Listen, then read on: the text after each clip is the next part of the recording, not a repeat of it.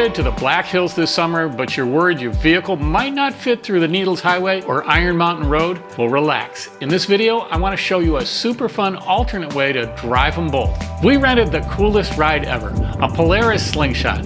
It's like the Batmobile crossed with a motorcycle. And trust me, it may be the highlight of your trip. So, are you ready to get going? Let's do it.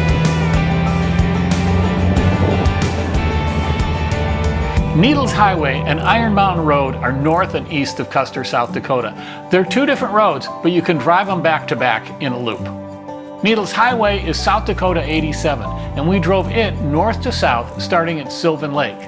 After a couple of miles, you come to the famous Eye of the Needle Tunnel. Oh my gosh, how crazy is this? Yeah, there's no way you could go through this. It's just 8 feet wide by 9 feet 9 inches tall. Definitely too small for our Sprinter van RV. Yes, we go left. The drive on Needles Highway from Sylvan Lake to Iron Mountain Road is about 15 miles, and it'll probably take you 45 minutes to an hour, depending upon how many stops you make. It's a lot of tight turns and lots of steep drop-offs, so if you're not used to driving mountain roads, it's not for the faint of heart. Needles Highway connects to Iron Mountain Road, or 16A, at the very north entrance to Custer State Park. It also has tunnels, but there's 3 cool pigtails, which you can see in this overhead. You do kind of a full 360 and then go under a wooden bridge. They're tons of fun to drive, and it's why some people call this road Pigtails. I wouldn't say one road is better than the other. They're both beautiful.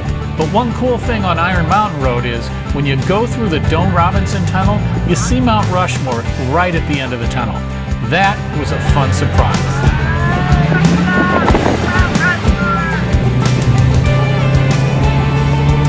Iron Mountain Road is about 26 miles long, so it'll take you an hour to an hour and a half to drive. It ends up north at Three Forks, near Mount Rushmore, where 16A meets 385. From here, there's some highway driving until you get back on 87, which connects the loop at Sylvan Lake.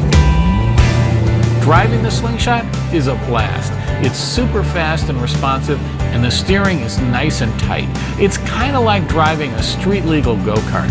But it's not at all like riding a motorcycle, because you can't lean into the turns. But for me, having a stick shift made up for that.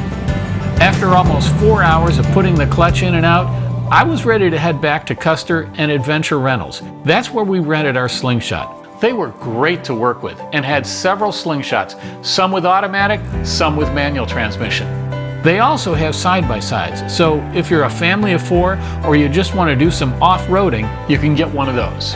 You can make reservations online at adventurerentalssd.com. The rate was $350 for 4 hours, which is pretty much how long it took us to do the drive.